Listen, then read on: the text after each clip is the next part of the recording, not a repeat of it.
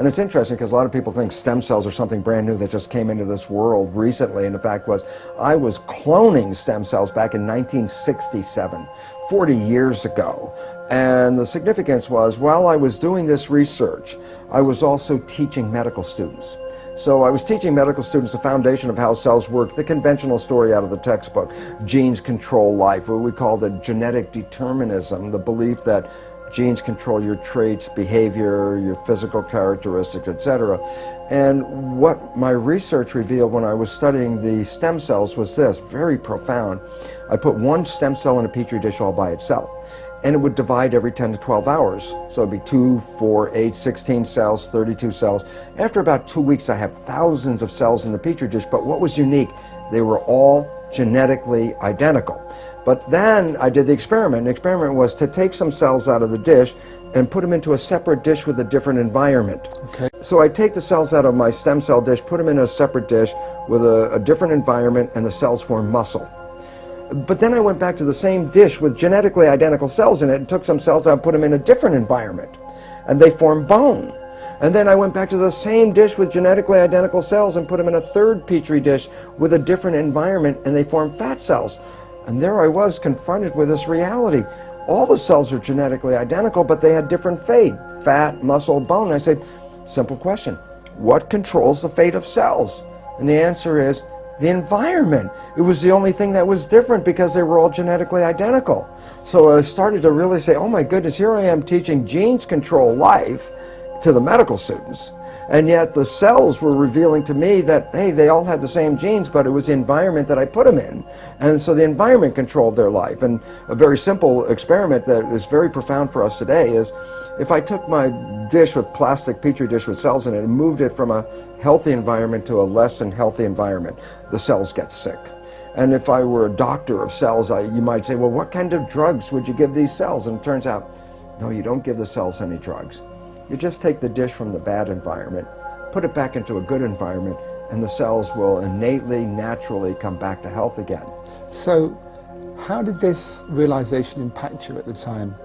Because you were teaching something completely different. Yes. You did this experiment and you realized what you were teaching wasn't the full truth. Oh, absolutely. And then I had a problem with my colleagues because, first of all, they doubted my work, and then I brought them into the experiments and I had them observe them, watch them, and they all said, wow, yeah, the environment controls the cells, but they wanted to marginalize it, so they would say, oh, that's an exception or an anomaly because we're teaching genetic control. It didn't fit the story. I walked out of the university and said, look, I can't keep my integrity and at the same time teach something I know was patently wrong.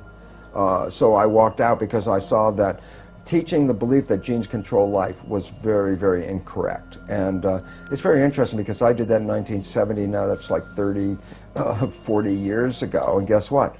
The new science that is just coming into the forefront of our world today is something called epigenetic control. What I was teaching was genetic control by genes. The new science, which is now coming around, is called epigenetic control. And what that means, you understand the prefix epi means above. So you say epidermis, that means the layer above the dermis, skin. If I say epigenetic control, literally it says control above the genes. And this is the new science. And why is it profound? Because when you teach genetic control, you teach victimization.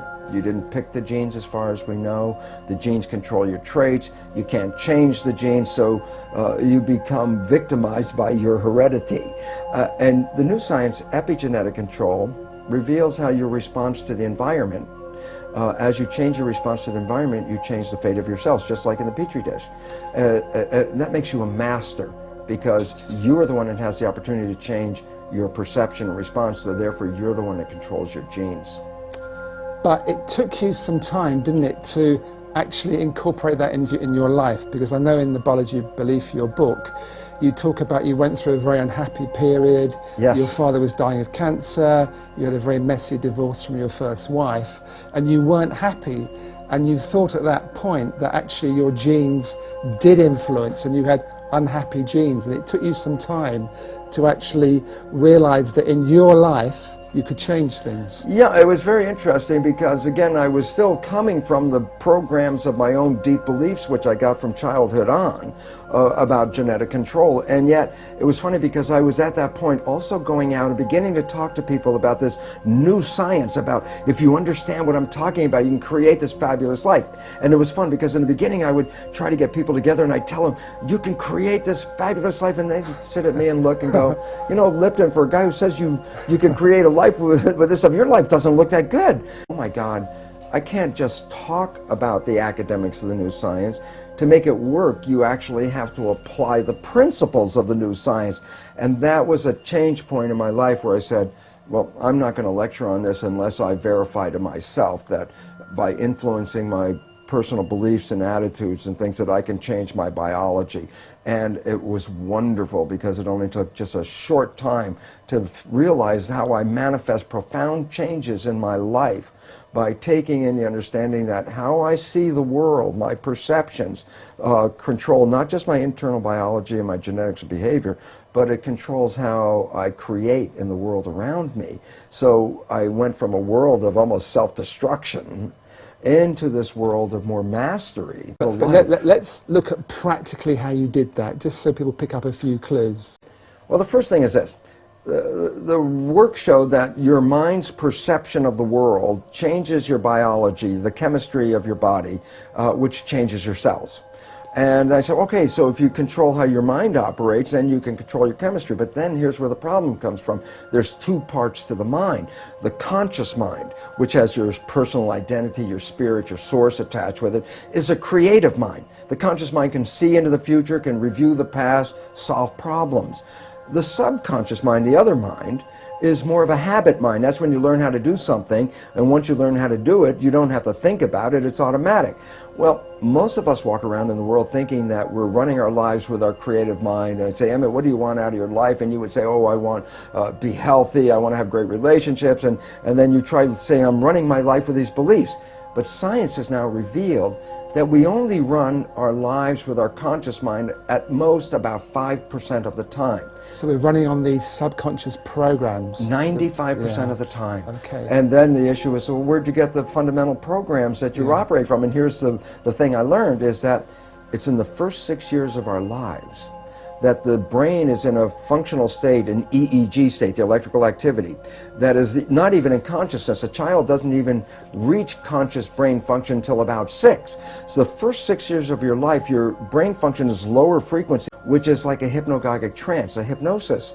So the first 6 years of your life, you're like a television camera, recording everything around you, everything you observe, just going in from your observations into your programming. So we acquire beliefs and attitudes and behaviors, not from ourselves, but from our parents and our family and our community. These become the fundamental beliefs. A very interesting point. The Jesuits were very proud. They would say, give me a child until it's 6 or 7 and it will belong to the church for the rest of its life. What they were saying was what they knew, which science is now finding out. The first 6 years are programming. Yes. And whatever program you get, that will be the rest of your life. So you were able, by realizing this, to then look at how you were living your life on a practical level and say, I am not going to be governed by these pre-programs. I am going to live my life in a more conscious way. Am I oversimplifying this? Yeah, that's a fundamental statement of how it works, but it's not as easy as, oh, okay, I've just changed my thinking about it. It's like, well, because as the thinking is not that much in our control. The brain is operating, as I said, 95% from the subconscious. But how did you actually then get results in a relatively short space of time? Well, the first thing, how does the subconscious learn? And that's a very critical thing. The conscious mind can learn from reading a book. So the subconscious mind can read a self-help book and you go, wow, that sounds really great. And then you find you read the book, but your life is still the same.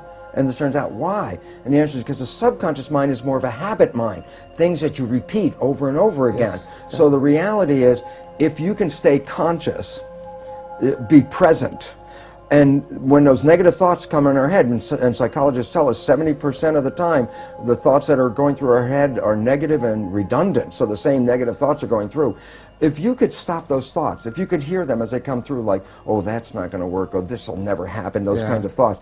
If you can hear them and stop them consciously, say, no, change the belief right there, just give the more positive thing. As you repeat this more frequently and you keep repeating it, the subconscious mind begins to learn. So as a habit, if you stay conscious, and you have to work at it, and here's why. People say, well, how come only 5% from conscious mind, 95% from subconscious? Because the conscious mind can think into the future and think into the past and solve problems. Then think about it yourself. Most of the time, you're thinking about something. Well, if you're thinking, you're using the conscious mind. Well, if you're using the conscious mind for thinking, then who's running the show? And the answer is, when you're not paying attention and you're thinking about what I'm going to do tomorrow, your subconscious is running the show. So you used the words, be present. Be present. Which be mindful. We hear a lot. So be mindful, which really means be aware of what's going on. So you get an automatic reaction, you're aware of that, and you say, I don't want to go there, that's an old pattern, and you look at a new way to be in that situation. Exactly. And you have to repeat it over and over again, because if you think, well, I got mad at myself yesterday because I repeated that same stupid thing, and I got mad again today because I repeated the same stupid thing, and then people give up because they get frustrated. And it's like, no, it's a habit. So you have to every day, but ultimately you can repeat it. Some of this may take work for people because you have to really be present, and yet we're so bombarded with information and our lives are so busy that our conscious mind is almost always wandering, trying to resolve issues and problems and things we have to work out, which then means the subconscious mind is running the show. Because you went from, and I'm quoting from your book, wanting to be anyone but me, to being, I think you quote yourself as the happiest man in the world. You felt so happy. Oh my gosh. So you proved that this can work. When I started to apply the new science and rewrite the subconscious so it supported me rather than the programs of limitation or disempowerment that we get from our parents and our community as children, which almost all of us get. When I put in the new programs, all of a sudden I started to find, my goodness, my life completely turned around. All wonderful things started happening in my life. I was healthier. I haven't been to a doctor in 20 years. I don't need that. I don't take any of their drugs. Why? Because most of the illness is just from the stress of not living in harmony. And when you learn to get rid of the limiting programs that we got as children and put in programs that support you, guess what? Then all of a sudden the place turns into heaven.